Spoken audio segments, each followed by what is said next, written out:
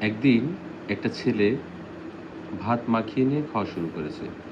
খেতে, খেতে সে মোবাইল দেখছে। তো মোবাইলে খেলা দেখছে, খারাপ ভিডিও দেখছে। এগুলো দেখতে, দেখতে তার খাবারের প্রতি একটা কেমন যেন দাঁতের তলে একটা শক্ত বস্তু পড়ছে। সে ভাবছে ঝিল পড়ছে।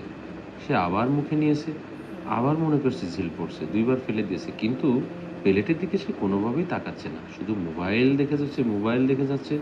এক পর্যায়ে সে মোবাইলের দিকে নজর থামিয়ে প্লেটে তাকিয়ে দেখে কি আশ্চর্যজনকভাবে তার ভাতগুলো এভাবে ইটের দানায় পরিণত হয়েছে। কি অলৌকিক ঘটনা! এরকম যদি সত্যিই মানুষের ভাত খাওয়ার সময় মোবাইল দেখে এইরকম রিজিককে সম্মান না দেয়, তাহলে যদি সত্যি এরকম ইটের দানা তৈরি হয়ে যায়, তাহলে কেমন হয় বলো তো? মন্তব্য করে যান। এটা কি অলৌকিক ঘটনা নাকি বাস্তবে ঘটেছে?